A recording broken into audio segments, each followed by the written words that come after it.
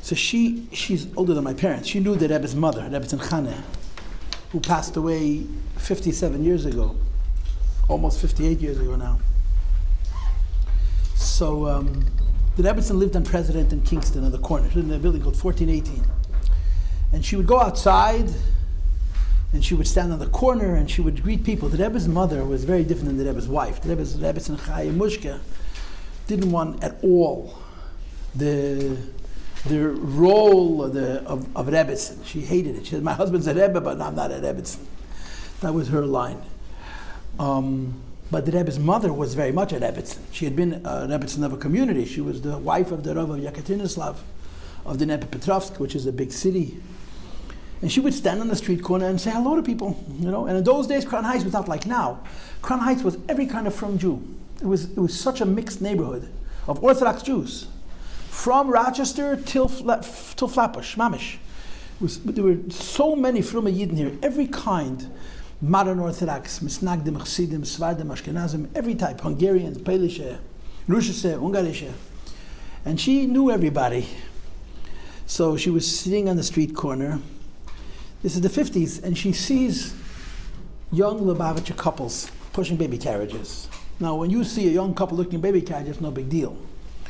But if you saw a young couple pushing a baby carriage 70 years ago, you could assume that that couple either survived Hitler or Stalin or both as children. In other words, some 10, 12, 15 years before, they were living in Russia under the threat of the communists, under the threat of Nazis, Yimach Shema V'Zichram, or they were American born, in which case the Yiddishkeit was one of Mesiras Nefesh. And the Rebbe's mother commented, Azelche glickliche Porlach. The Zun soll gesund sein Porlach, which means in Yiddish and French and English, it says, such fortunate couples. They're the couples of my son, soll gesund sein. The Rebbe Chana didn't say the Rebbe, she said the Zun, my son. But she addressed him very formally. The Zun soll gesund sein. My son Shlita, that's how she spoke about it. So you're all the Rebbe's Kinderlach. And every time they read the attendance, you know, it's a beautiful list of beautiful names. They should all be healthy and well and successful. Life is good, if the Eibishter wants it to be, right? There's always tests, but you want to pass them and you want to succeed, you want bracha and atzlocha. So it's Chedei Shalom. It's always a good time to give brachas and nachayidin. So when I listen to her read that list, that's what I don't know all the names, but I know most of the names.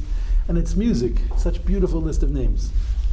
You know, in other words, I'm a grandfather, right? Yesterday I was you. And then I was married with children. Now my children are married with children. And these are the same names again and again, generation after generation. We're supposed to Tishrei by the Rebbe. I do this every year. I'm going to describe to you Tishrei by the Rebbe step by step, point by point. Okay? And I think one of the topics we're going to have is that the day before you go to the Yoyel, we're going to talk about going to the Yoyel, writing Pajanis and writing letters. Aside from that, as far as I was told, and of course, you all know rules are made to be broken. I'm doing Tishrei by the Rebbe. Okay? So take notes. Remember, it's good stuff, I think. Tishrei by the Rebbe starts in Elul. The Yechidus Shalom. This is a fascinating fact. The Rebbe had Yechidus, which lasted in a complete way for 25 years and a little bit of a abridged way for 32 years, till 1982, Mem Beis, the Rebbe stopped Yechidus, private meetings with people. For all of those years, for the first 25 years of the Rebbe's Nesias, and then for another 7 till like 1982, Mem Beis, the Rebbe would see people 3 times a week, starting 8 o'clock at night, sometimes till the morning. Sometimes the Rebbe would sit 13 or 14 hours in a row, from 8 at night till like 9 or 10 in the morning, without a break. He wouldn't drink tea, he wouldn't drink coffee, he wouldn't go to the bathroom, he'd just sit. A person walked in, a person walked out. The last person who walked into the Rebbe found a man as fresh and as present as the first person. It was really superhuman. Yechidus was unbelievable. Rabbi Groner's children just published the first volume of his journal, of his biography, and they write in the journal that when Rabbi Groner would walk into the Rebbe and say, Yechidus is finished, and the Rebbe would always ask him, nobody else? You sure there's nobody else? He said, nobody else. As soon as the Rebbe knew that there's nobody else coming into him, immediately he would look exhausted. When the people came into the Rebbe looked, he literally controlled his face. He looked fresh, and he was so sharp, he was so there. People who are a little older than I didn't have Yechidus, I'm a little too young for that, who had Yechidus said to me, Yechidus was 30 seconds, it was very short. He said, but it didn't matter how long it was. Because the feeling you had when you walked into the Rebbe for those few seconds in his room, but there was nothing else in the universe but you. He gave you all of his attention. That was the feeling of Yechidus. And this went on 11 months a year. What time did it finish at? Whenever it was over. So depending on times of the year, in the earlier years it would finish around midnight. Within a few years, from 2 in the morning. By the 1960s, 6 o'clock in the morning was normal. 5 o'clock in the morning was normal. Yom Tov time, so sometimes Yom Tov would see people a night after a night after, and go till 10 o'clock in the morning, 14 hours, and the Rebbe wouldn't stop for a glass of water. For nothing, just person after person after person. It was superhuman. They spoke about the most important things in the world. Everybody walked into the Rebbe's room and had the most important conversation he would have in his life, or her life. Like, about life, huh? just random? No. No. Life is not random. Life is not random. But who am I? What am I going to do? How am I going to make myself happy? What's my purpose? You understand? Yechidus was very deep, even for simple people. Kids went into Yechidus. The Rebbe would change them just by his gentleness, just by his ability to connect to people. Yechidus is very important. A person that had one Yechidus in his lifetime remembers it. Because it wasn't because the Rebbe is an important man, but because their experience was very important to them. Elul was no Yechidus. That was the point of the whole speech. Elul, the Rebbe stopped Yechidus. Tishrei, he had Yechidus. Because Tishrei, the guests came, the Rebbe had Yechidus, sometimes day after day. But Elul, the Rebbe took off. Elul was officially no Yechidus. Now, as I mentioned before, rules are made to be broken, so there were many occasions where the Rebbe had Yechidus, made exceptions, you know. But the rule was in Elul, the Rebbe stopped seeing people. The Rebbe needed to get ready for the new year. And it's ironic that the day after Rosh Hashanah, the Rebbe saw people, but the day before Rosh Hashanah, the Rebbe was busy getting ready for Rosh Hashanah, you understand? But Elul, the Rebbe was his month, was the Rebbe's time.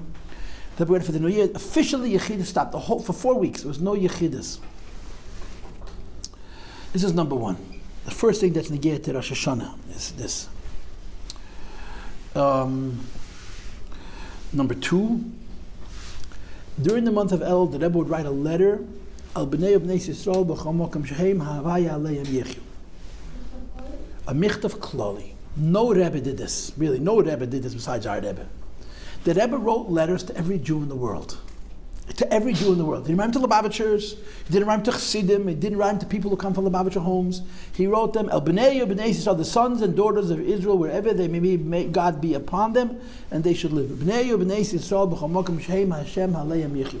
And there were certain friends of Lubavitch, in quotes, who really didn't like that. Like, who does the Rebbe think? There's stories about Gedali Yisrael. Who does the Rebbe think that he's writing letters to every Jew in the world? And of course, the answer to that question is, the Rebbe knew exactly who he was, and he also knew who other Gedali Yisrael were. And the Rebbe knew that it's important for him to write letters to every Jew in the world. The Rebbe was a universal Rebbe, if there ever was one. And the Rebbe wrote letters to every Jew in the world. And as was officially, the Rebbe wanted every Yid in the world to get a copy of his letter and to read it in preparation for Yom Tov. The Rebbe wrote letters like that from the first day. The Rebbe became Rebbe, Yud Shvat 51, 1951, Tov Shin Yud Aleph. Probably that Pesach, he already wrote a letter. Certainly the following Tishrei, Yud Beis. And every single Yom Tov, before Tishrei and before Pesach, there would be a Michtav Klali, written to all the Jews in the world. This letter had a message for Yom Tov. It also had a practical message, especially in the earlier years when the Rebbe first became a Rebbe. In those letters, the Rebbe talked about outreach. You can look at the letters, they're all published. And now, America just gave out in English a beautiful volume, or 2 volumes, of all the Rebbe's letters translated into English. It's well over 100 letters. I think they're green books, you can buy them. Many of those translations the Rebbe actually edited in English as well. And you could, reading the Rebbe's letters are like a Torah unto itself. Go for the first year and read through. It's 40 years worth of letters. It's a lot of letters. It's a whole Torah about each Yom Tov, about Tishrei and about Pesach. For the first 20 years, there'd be one such letter, till about 1970. After 1970, the Rebbe used to write 2. And usually, unless it was Shabbos, the first letter would be dated Chayelo. The second letter would be dated Chav Heyel, Chayel and Chav Heyel are always the same day of the week, as is Yom Kippur, by the way. So the Rebbe read a letter Chayelu and then another letter Chav Heyel. Usually we're continuing. So for the first 20 years he wrote one letter. In the next 20 years the Rebbe wrote 2 letters. The way these letters were prepared was the Rebbe's secretary would come into the Rebbe's room. The Rebbe would basically say a sikha. The Rebbe would talk to him like a very formal sikha. He would go out and write it up and prepare it. The Rebbe would edit it, and the Rebbe worked very hard on the letters. The Rebbe's letters the Rebbe worked very, very hard on the Maramakamis and the footnotes. When the Rebbe's letters came out, people sat down and didn't read them. They would study them. They would learn them like it's a piece of Gemara. And these letters were very important. And every year, from 1951 or 1952 until Nun Beis, there was a letter or 2 letters that came out from the Rebbe for each Yom Tov. This is another thing. Number 3, the Rebbe always spoke to the women before Rosh Hashanah. In my years, this is a little bit of an evolving thing, but in my years, officially the Rebbe spoke to the women 3 times each year. Sometimes there'd be a 4th. But it was always 3, and it's developed slowly. The 3 times a year the Rebbe spoke to the women were as follows. Number 1, before Rosh Hashanah. Before Rosh Hashanah, the women, probably in the beginning they went into the Rebbe's room, I don't know. The Rebbe would meet them in shul. The men would leave the shul. The Rebbe would come downstairs. And there's many films. The women would fill the whole room. The Rebbe would walk in. The women were all standing. The Rebbe would sit. And the Rebbe would indicate asking the ladies to sit. And of course the ladies would sit and the girls would stand. And the Rebbe would give them a bracha for the new year. These sichos, which went on also from I don't know exactly when it started, but it went on until 92, till Nun Beis, used to be shorter. It was mostly a bracha. But over time they became much longer. In my years, in my generation, those sichos could be half an hour, 40 minutes. And the Rebbe would speak in the Pashta Shavua, he would speak on Rambam, whatever he wanted. And there was always a practical lesson and a message for the women for the new year. And it was full of brachas. I mean, the trademark of the Lubavitcher Rebbe is brachas. I mean, there's videos of the Rebbe standing by his door giving brachas, and you see that he just doesn't want to stop. He's giving brachas, and he's closing his door, nacha bracha, closing his door, giving nacha. The Rebbe gave brachas and brachas and brachas and brachas. This was very special. The Rebbe spoke to the women. If Chav Hayalel was Shabbos, then it would be on Chav Gimel Elul. If Chav Hayalel was not Shabbos, then more or less the date that the Rebbe spoke to the women was the birthday of the world, which is Chav Hei B'Yal. This year it's on a Wednesday. So the Rebbe always spoke to the women. Now the other 2 times I spoke to the women, this is just to be comprehensive, was in early 50s. The Rebbe made Nishayu B'nai Chabad. The Rebbe made an organization that women should mobilize themselves for inreach and outreach, called Agudas Nishayu B'nai Chabad. And the Agudas Nishayu B'nai Chabad started here in New York in 1955. It started in other places a little bit earlier, but the Rebbe started Nishayu Chabad here in 1955. And the Sheikh Chabad was supposed to have an organization, they had leaders, they were supposed to do different things. And they had 2 conventions, 2 annual conventions. There was a winter convention and a spring convention. The winter convention always took place in Ari HaSadeh. They'd find a city where there were enough Lubavitchers, and in the 1950s there were not that many options. And whoever could afford, and in those days there was not a lot of ladies, later on it became more and more, women would go to wherever the convention took place, and for 2 or 3 days they'd be hosted, they'd have lectures, they'd have speeches, they'd have all kinds of stuff in one city or another of Ari HaSadeh. It means out of town. The spring convention always took place before Shavuos in Crown Heights. And it was always around the Shabbos. And the highlight of the spring convention of Sheikh Chabad was that the Rebbe spoke to the women. So it was usually 2 or 3 weeks before Shavuos. Shavuos is Vav Sivan, so it took place at the end of Iyar. After Lag BaOmer, there'd be a Shabbos, women would gather, and in those years it was a lot of people.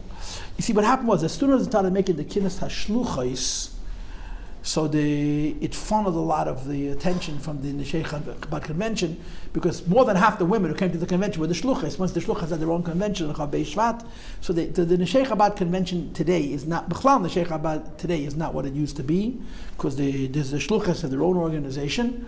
But before that, the Shluchos and women from all over the world would come to Crown Heights for a Shabbos, and Sunday, the Rebbe would come downstairs and he would speak to the women, and it was before Shavuos. So there was always a Shavuos message, the women's role, raising the children, and so on and so forth. This was the other time that the Rebbe spoke to the women. The third time that I spoke to the women was actually not to the women. It was to the girls, but they let the women attend. Mrs. Chana Gorowitz, she's young enough to remember graduating Beis Sifka 8th grade when there was no high school. and going into the Rebbe's room with her classmates, graduates, for a bracha. So the 8th grade graduates from Beis Rivka, going back, you see, talking about 50, 60 years ago, I don't know how young she is, but she's certainly a lot older than I am. When she graduated 8th grade, all the girls, like all 12 of them, or 8 of them, whatever number of graduates we've got in those days, went into the Rebbe's room, and the Rebbe gave them a bracha. And those way back, Beis Rivka did not have a high school. So you finished Beis Rivka elementary school, you went to Beis Yaakov. When Beis Rivka made a high school, so then the 8th grade graduates and the 12th grade graduates would go together into the Rebbe's room. It may have been as many as 15 girls, 20 girls max, and the Rebbe gave them a bracha. Then they made a seminary, so there were 3 more girls who went into the Rebbe's room. But at some point, there were more girls than the Rebbe's room could hold. So the Rebbe said, okay, we'll move the speech, the bracha to the graduates to the shul, and once they moved it to the shul, all the women would attend. So at the end of every school year, the Rebbe spoke to the women, and the girls are sitting on the periphery, the balabostas, the Rebbitzins are sitting on, but that sikha was actually to the girls. And it served 2 purposes. It was a graduation speech, the whole idea that graduation is not an end, it's a beginning, as you all know. And it was also a pitch for the summer. The Rebbe spoke to the girls about being counselors, and how important it is, and how holy it is, and how much the experience of being a counselor of campers for a very short time, for a month or for 2, could literally change children's lives. So these were the 3 times a year that Rebbe always spoke to the women, always, without exception. Often there would be a 4th, I wouldn't say often, from time to time the Rebbe would give a 4th, like in Nun Beis, 1992. I don't want to call it the year of the stroke, but it is the year of the stroke. After Tishrei, the Rebbe asked to see the women a 2nd time. I'll get to that when I get to it in Mitzvah Hashem. So this is number 3. The 3rd thing that we have to share in preparation for Rosh Hashanah is that the Rebbe spoke to the women. Number 4 is Slichos. Right, this year we have the maximum Slichos could be. Why? Because Rosh Hashanah is Monday night to Tuesday. Right, Rosh Hashanah could be Sunday night to Monday, Monday night to Tuesday, Wednesday night to Thursday, or Friday night to Shabbos. But Rosh Hashanah cannot be Sunday, Rosh Hashanah cannot be Wednesday, Rosh Hashanah cannot be Friday. So if Rosh Hashanah occurs on Thursday or Shabbos, you have shorter Slichos. If Rosh Hashanah occurs Monday or Tuesday, last year it was Monday, you have longer Slichos. This year Rosh Hashanah is Tuesday, Monday night, which means you have 9 days of Slichos, or 8 days of Slichos. You have a whole week, Sunday to Friday, and then again Sunday and Monday. So it's a maximum Slichos. So Shabbos Slichos is this week, Pashat Kisave, right? This Shabbos is Slichos, even though it's not Shabbos Mevorchim. Shabbos Mevorchim is next Shabbos, but this Shabbos we're going to start saying Slichos. Now the custom of Slichos is like this. The first night, the first Slichos is dead at 1 o'clock in the morning. That's our custom. Now of course, Baruch Hashem, the world is very modern and very sophisticated and very educated and very enlightened. So people do 10 o'clock at night, whatever it is, it's better for the band and better for the chazonim and better for the people who want to go to sleep early. You're supposed to do Slichos after midnight, b'meitzoi menucha. The Kabbalistic reason for this is the first half of the night is time of Gevura. It's considered the darkest time. Of the 24 hours of the day, from midday till midnight is Gevura, from midnight till midday is Chesed. So from 12 o'clock in the afternoon till sunset is Gevura, from sunset till midnight is even darker Gevuras. That's why you don't say Tilim at night till midnight. You don't learn Teresh B'Ksava until midnight. Midnight, the says in Chazal, is a Chut Shel Chesed. Even though it's dark, it's a time of Chesed. So the minig is they do Slichos at night, Bashkama, early in the morning, after midnight. And basically the idea is we're showing the Eibush that how serious we are, we're doing it as early as we can, we're waking up in the middle of the night, or as it is in most of our cases, we're not going to sleep. Okay, but midnight starts Slichos. So 1 o'clock in the morning was Slichos Motzei Shabbos. Beginning with that Monday, Tuesday, Wednesday, Thursday, Friday, and this year Sunday and Monday, Slichos was fartog. It wasn't at 12 o'clock, 1 o'clock in the morning. It would be before my times, and I just would have heard from people at 5:30 in the morning, when Lubavitch was still normal, but that's like ancient history, yeah? By the time I was growing up, Slichos was very early. It was 7 o'clock in the morning, which is like in the middle of the night for us, yes? After the Rebbetzin passed away, the Rebbetzin Chaim Mushka, for reasons that have to do with logistics, the Maskirim decided to make Slichos 9 o'clock. They just felt it's easier for the Rebbe that Slichos shouldn't be at 7, it should be 9 o'clock in the morning.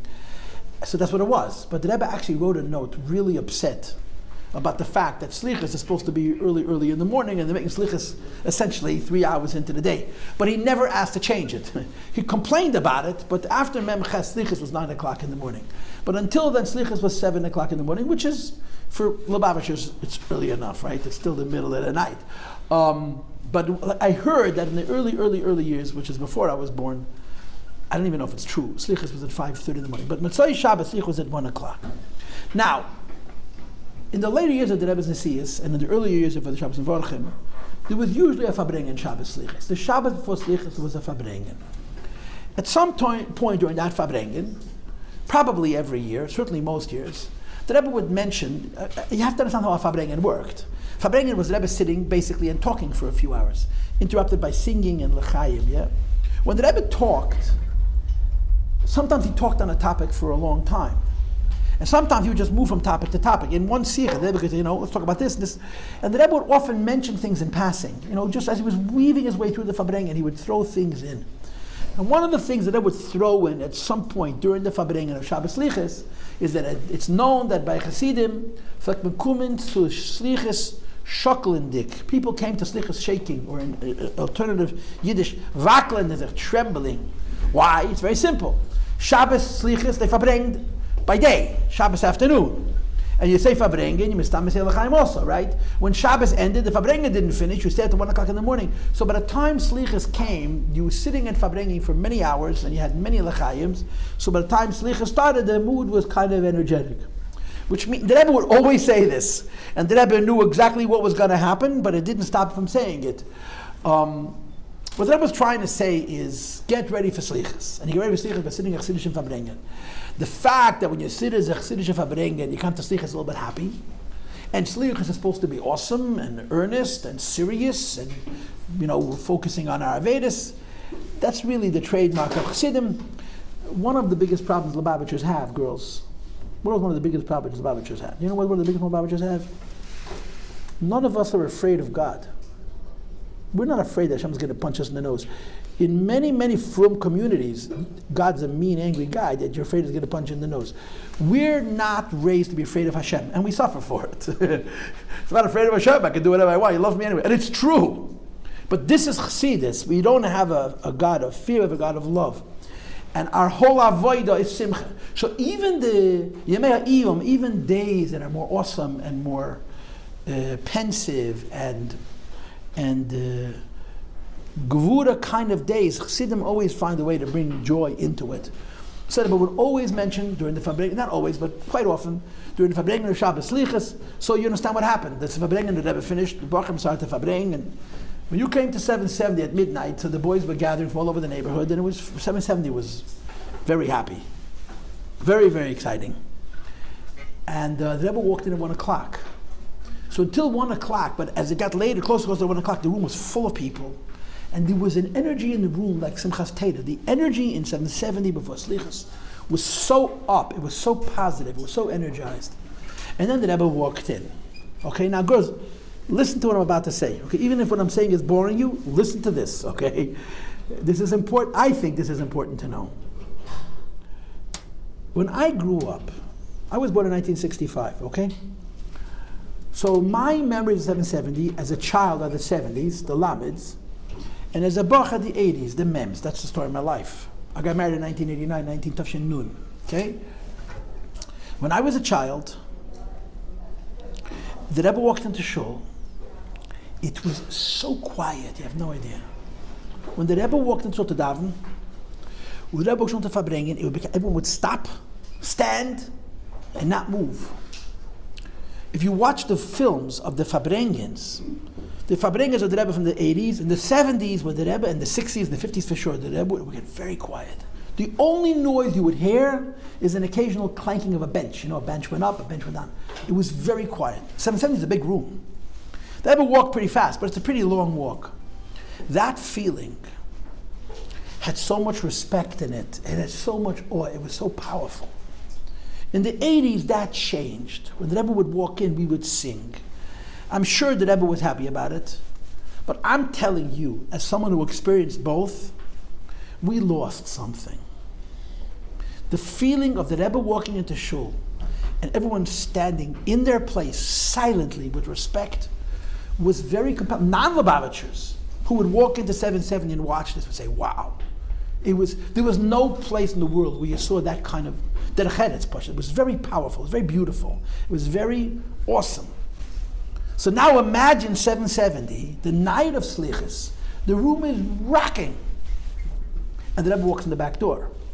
So until my bar mitzvah year, till I was older, the minute the Rebbe walked into the shul, it got quiet. So we had all of this singing and all of this energy, and the Rebbe walked through the shul. It suddenly became very, very, very quiet. And the Rebbe walked through the shul, went up to his place on the bimah or on the floor, depending on the years, and the chazan would start saying Ashrei, and the mood would so radically shift. This incredible simcha was replaced by this great respect and this sense of awe. It was a perfect segue to the Yom HaNeroim. In other words, the fact that before Slichos we danced and sang so electric, so excitedly, and then suddenly we stopped. And then wherever you were standing, you stayed. You didn't move. And you said Slichos. Slichos only took 45 minutes, not very long. But the mood of Slichos, the awe of Slichos, the seriousness of Slichos was actually heightened. It was made more by the dancing that came before it. Now, in the later years, the Rebbe would walk through the shul and we would continue to sing. The Rebbe would walk up to his place. He would never, the night of Slichos, the Rebbe never turned around and did this, like you see in the movies. The Rebbe went to his place, put his Slichos down, and opened up the Slichos, and again, it was very quiet.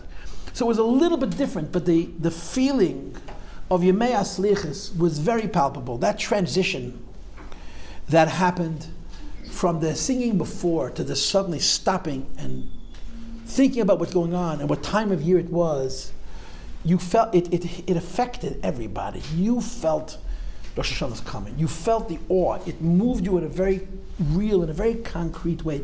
It put you into a certain frame of mind which set up the fact that Rosh Hashanah is coming very quickly. Okay, that's Slichos. Now, after Motzei Shabbos, like I told you, so again, in my years that I remember, mostly remember, the Rebbe came into Slichos 7 o'clock in the morning, which is pretty early. Now, during the week, Monday, Tuesday, Wednesday, Thursday, Friday, it was half an hour, very short. Erev Rosh Hashanah, Slichos is an hour. Erev Rosh Hashanah Slichos is pushed, it's a lot of pages. Erev Rosh Hashanah Slichos is longer than the first Slichos. The first Slichos took longer because the Chazan sang slower, 45 minutes. But the average Slichos is half an hour. It's not very long. Erev Rosh Hashanah Slichos was an hour. The Slichot, Slichos, as they say in Ashkenazit. Okay, now, the next thing on the agenda is Pidyonis, is Panim, okay? Now, normally what I would do at this point would be to give you an expose on Panim and letters. I usually do it, but I was told that I'm going to have a special class for this. So I'm not doing that with you. I will get to it IYH, okay? In Mitzvah Shem. So I'm just going to tell you what happened by the Rebbe. You all know that you go to the Rebbe, you write a letter, you give a pidyon. And a duch, for those who are concerned, a duch is in the category of a letter. There's a very big difference between a pan and a letter. First of all, a letter you write Beis Samach Dalet on the top and you address it to the Rebbe. Dear Rebbe Shlita or El Kvek Dush Admor, however you want to address it. A pan, you don't write Beis Samach Dalet on the top, you write Pei Nun. Pei Nun stands for Pidye Nefesh, the redemption of the soul. A pan is the difference between a Pidye Nefesh and a letter and a duch is that a pan is a neshama document. When you write a Pidye Nefesh, the only thing that really matters is your name and your mother's name. My name is Yosef Yitzchak, my mother's name is Rachel. Yosef Yitzchak ben Rachel. Everything else is gravy. But make sure to write the names correctly. I can tell you stories that will give you goose pimples about people writing wrong names. And the Rebbe said, this is your name? And you would say, yeah. And this is your name? And you would say, yeah. And then 20, 30, 40 years later, you'd find out you gave the Rebbe the wrong name. I'll tell you all these stories when we get to it. You got to make sure you write all the names and the mother's names correctly in a pan. It's very important. Okay, the details we'll talk about. I'm giving you a special class on letters and potatoes. That's where they gave me instructions. When we get to that class, I'll try my best, all I can do, to answer all your questions. I want to stick to the topic. But the bad, scary story. Not now, I'll tell you later. If you're scared, you can go outside to the store. I'll tell you when the spooky part comes, I'll let you go outside. And when the spooky part finishes, we'll invite you back. No, well, we have holes in the roof. You can't do anything about it. Okay, unless somebody wants to go up and cover the roof. But okay, so the tradition is, you don't write a pan always. A pan you write, when your birthday, you write a pan. We write a pan Yud Shvat, Gimel Tammuz, Yud Aleph Nisan. Before Rosh Hashanah, everybody writes a pidyon. Everybody. Before Rosh Hashanah, we write a pidyon. It's a very important thing. And This is true not just in Chabad. In all Hasidic circles, you write a pidyon, you give it to Rebbe, pidyon nefesh. And for some reason, I don't know the reason why, the Rebbe took pidyonis only from men. Women who were not married or for whatever reason didn't have a man in their lives would bring a pidyon to the mosquitoes. They would write a pidyon and bring it to the Rebbe, but they didn't have the opportunity to hand it to the Rebbe. Lekach, for example, the Rebbe gave to men and women. The truth is, matzah he didn't give to women, keshe bracha he didn't give to women. Dollars, once dollars started, there was no difference in women at all. The Rebbe gave dollars to men, the Rebbe dollars to women, dollars to children. The Rebbe gave the kuntreisim, the maimorim, to men, women, and babies. Newborn children got tanyas from the Rebbe, right? They're exactly going to learn it. But lekach the Rebbe gave men and women. Pidyonis was only men. So if your father wrote for you, your husband wrote for you, or you got somebody else to give the Rebbe the pidyon, or you would bring it into the secretariat. But the Rebbe took pidyonis. Now a pidyon is a piece of paper with money in an envelope. And girls, one of the things which is truly staggering about our Rebbe is that probably till 1986 or 87, till the last years, the Rebbe opened every envelope himself. Nobody helped the Rebbe. It wasn't like the President of the United States, where you wrote him a letter and somebody else read it. Every piece of mail that came into 770, the Rebbe opened himself.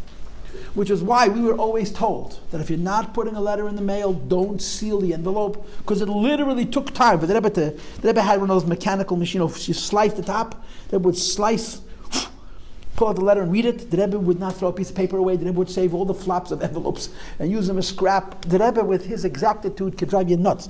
The Rebbe saved every piece of paper. Huh? What's the time? How? That's why he's a Rebbe, man. He's only one woman, girl, only one Rebbe. How was there time?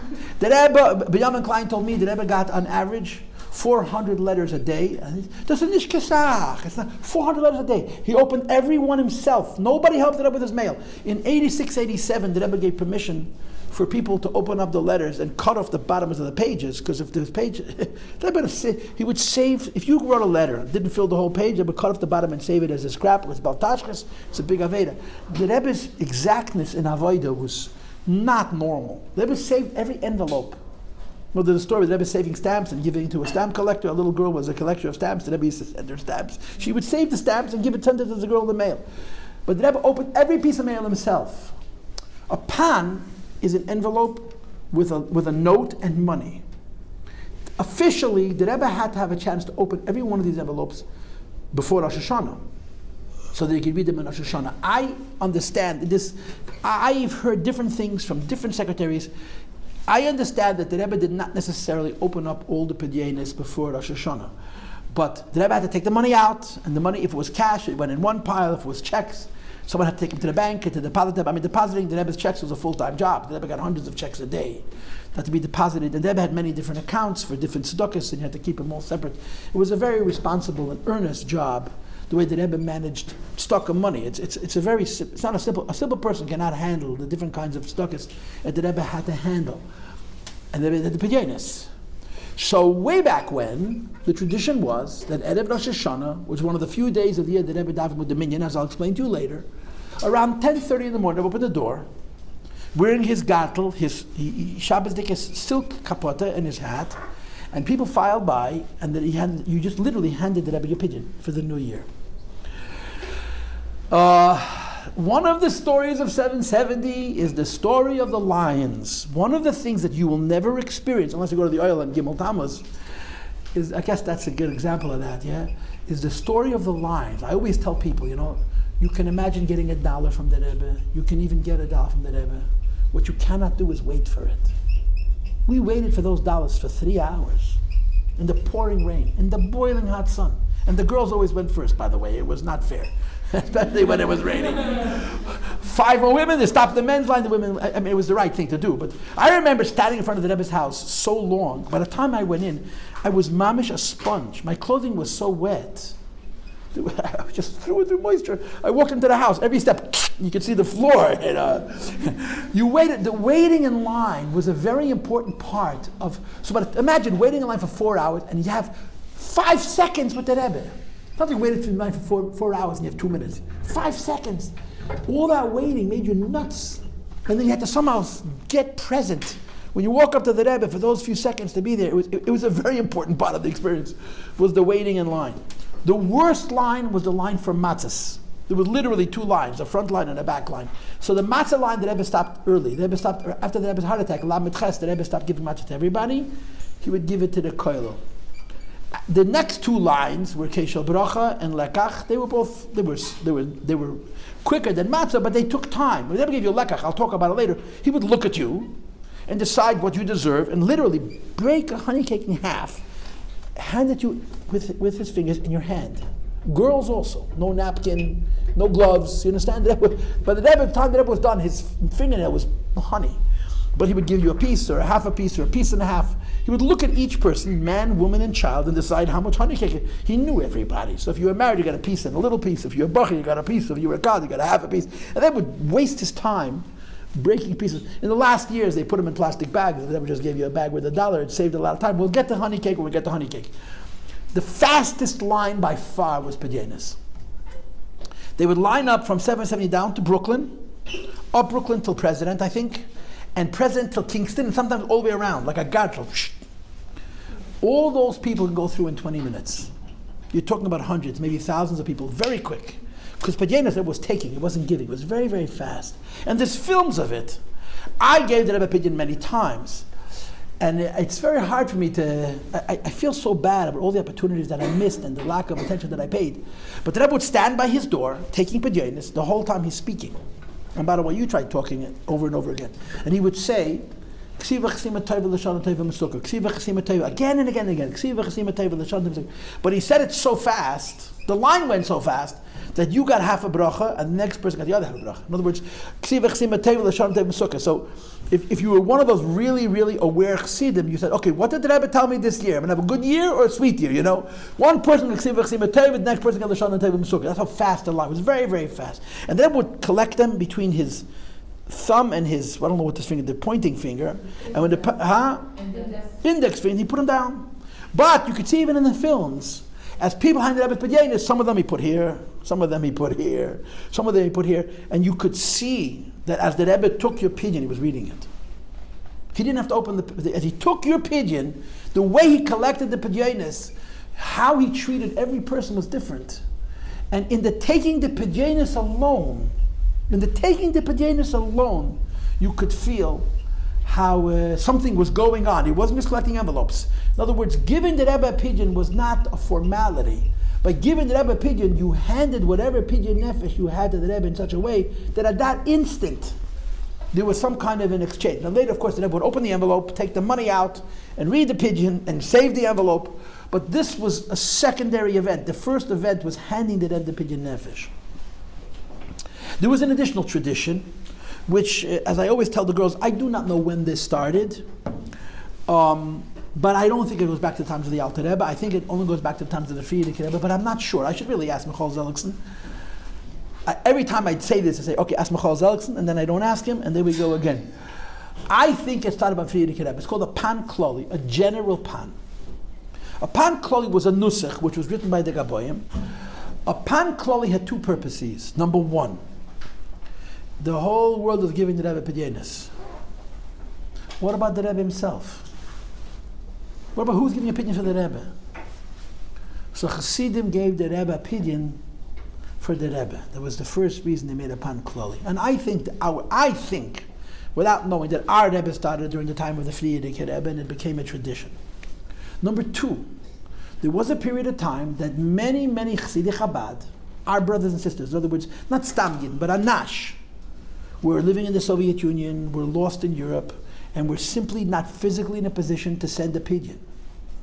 So it was decided, and again, I think it was decided by our Rebbe, that they should give the Rebbe a pidyon nefesh on behalf of Yidden overseas, especially those Yidden overseas who found themselves in B'meitzer or Bashivya behind the Soviet Union, or in prisons, or in gulags, or in camps, Rachmana litzlan, to give the Rebbe a pidyon.